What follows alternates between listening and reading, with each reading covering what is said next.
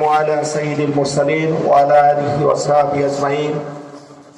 ইসলামী যুব মজলিস কুমিল্লা উত্তর জেলা কর্তৃক আয়োজিত আজকের এই দায়িত্বশীল সমাবেশের সংগ্রামী সভাপতি, আজকের এই সমাবেশে প্রধান আলোচক হিসেবে উপস্থিত রয়েছেন এদেশের গণমানুষের সংগঠন খেলাফত মজলিসের সংগ্রামী সাংগঠনিক সম্পাদক জনাব মুফতি আব্দুল হক আমিনী।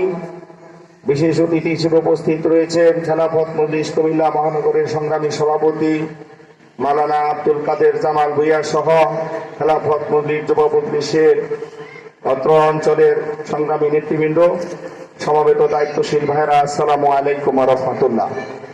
আজকের এই সমাবেশ থেকে আমরা যে মেসেজটা আমরা দিতে চাচ্ছি সেটা হয়েছে যুব সমাজ বাংলাদেশের তার দায়িত্বশীলের ভূমিকায় চলে এসেছে। কি বলেন আপনারা?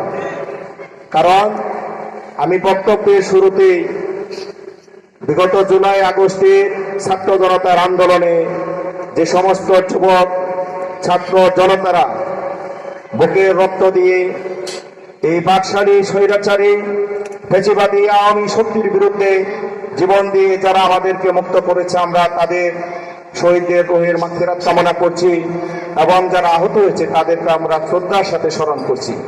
কেউ যুবক ভাইয়েরা, এই যুবকদের আচরণ দেখে বাংলাদেশের মানুষ হতাশ হয়ে গিয়েছিল।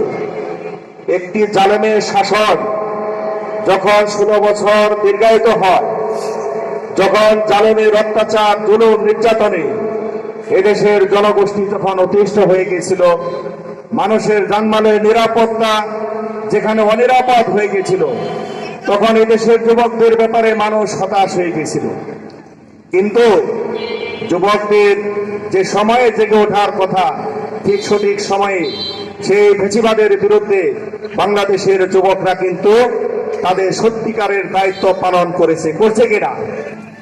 যে ফ্যাসিবাদের পতন হয়েছে, যে স্বৈরাচারের পতন হয়েছে, যে বাকশালী শক্তির পতন হয়েছে, আমরা যদি ধরে নেই তাদের ষড়যন্ত্র আজকে বন্ধ হয়ে গেছে, এটা কি ঠিক?